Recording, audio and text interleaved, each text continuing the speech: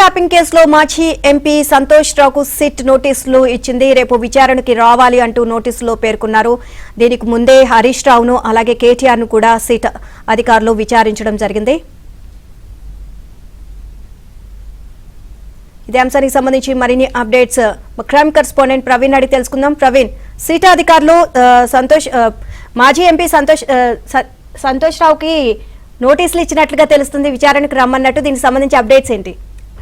Phone tapping కేసులో అందరూ చర్చించుకున్నట్లుగానే అందరూ అనుకున్నట్లుగానే మాజీ ఎంపీ సంతోష్ రావుకు ఎట్టకేలకు నోటీసులు అయితే ఇవ్వడం జరిగింది. ప్రస్తుతం సిట్ అధికారులు రేపు ఉదయం 11 గంటలకు వ్యక్తిగతంగా జూబ్లీహిల్స్ పోలీస్ స్టేషన్ లో ఐఓగా ఉన్నటువంటి వెంకటగిరి ముందు విచారణకు హాజరు కావాలంటూ కూడా ఆ నోటీసులో కూడా స్పష్టంగా పేర్కోవడం జరిగింది.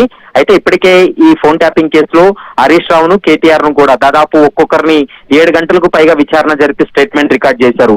ఇప్పుడు సంతోష్ రావుకి ఇచ్చినటువంటి నోటీసులో కూడా 160 సిఆర్పిసి కింద నోటీసులు జారీ చేయడం జరిగింది. ప్రస్తుతం సంతోష్ రావు అయితే మాత్రం రేపు వ్యక్తిగతంగా 11 గంటలకు విచారణకు కావాల్సినటువంటి అవసరం ఉంటుంది. ఎందుకంటే అప్పటి సీఎం కేసీఆర్ వ్యవహారాలన్నీ కూడా సంతోష్ రావు దగ్గరుండి చూశాడనేటువంటి విషయం అందరికీ తెలిసిందే. సో ఆ ఫోన్ ట్యాపింగ్ వ్యవహారంలో సంతోష్ రావు పాత్ర ఏ మేరకు ఉందనేది మాత్రం చూడాలి. ఎందుకంటే ఎస్ఐబి చీఫ్ ప్రభాకర్ రావుతో పాటు ప్రణీత్ రావు మిగిలినటువంటి అధికారులతోటి ఎక్కువగా సంతోష్ రావు టచ్ లో ఉన్నాడు. వాటికి సంబంధించినటువంటి కొన్ని ఆధారాలు ఎస్ఐబితో ఉన్నాయి, మరోవైపు ఇన్వెస్టిగేషన్ ఏజెన్సీతో కూడా ఉన్నాయి. కాబట్టి వాటికి సంబంధించిన సంతోష్ రావు నుండి కొంత సమాచారాన్ని రాబట్టేటువంటి అవకాశం అయితే కనపడుతుంది. మరి ఈ ఫోన్ ట్యాపింగ్ కేసులో సంతోష్ రావు పాత్ర ఎంతవరకు ఉంది, నిజంగా సంతోష్ రావును ఇందులో సాక్షిగా పెట్టబోతున్నారా, ఏం చేయబోతున్నారా అనేది మాత్రం రేపు విచారణ తర్వాత ఒక క్లారిటీ వచ్చేటువంటి అవకాశం అయితే కనపడుతుంది.